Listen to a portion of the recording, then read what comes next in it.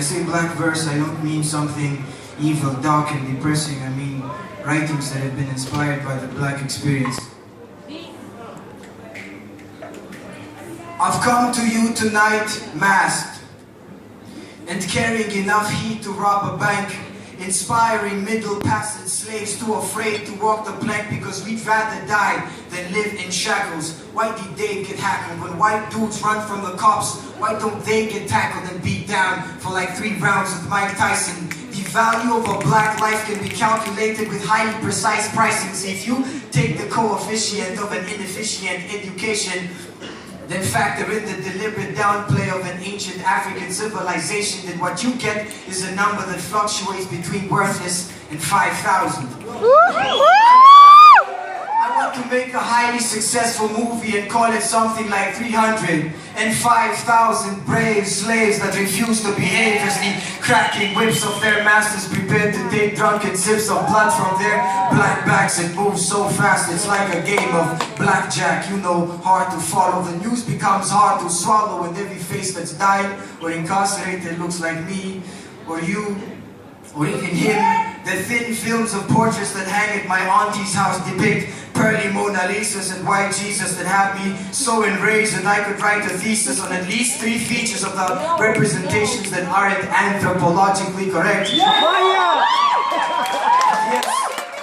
Yes, my penis stands erect for the cause of feminism.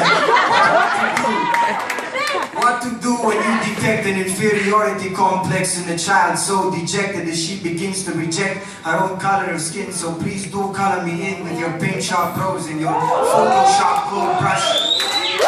Our Trayvon Martin protest culminated in hush, quiet, blacks, spooks, noose, hang.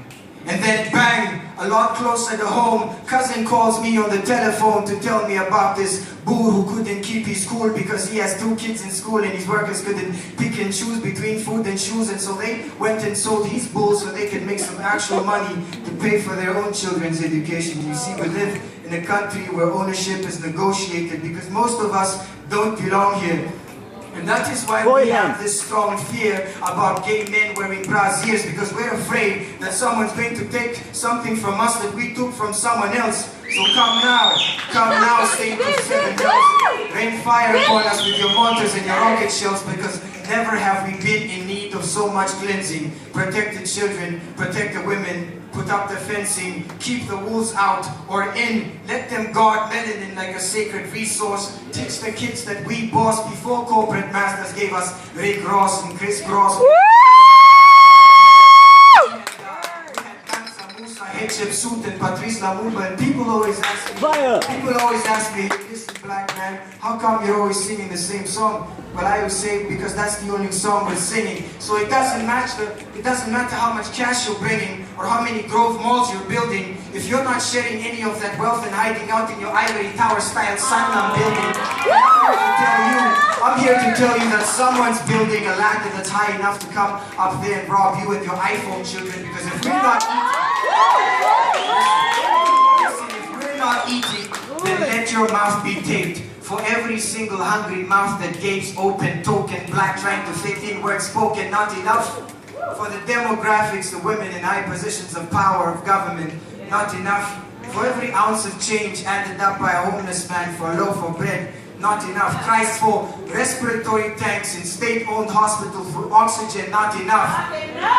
For housing, for health, for the inadequate love of self. I could go on for hours, but it would simply not be enough. So instead I leave you with the words of the late Amiri Baraka. We need poems that kill.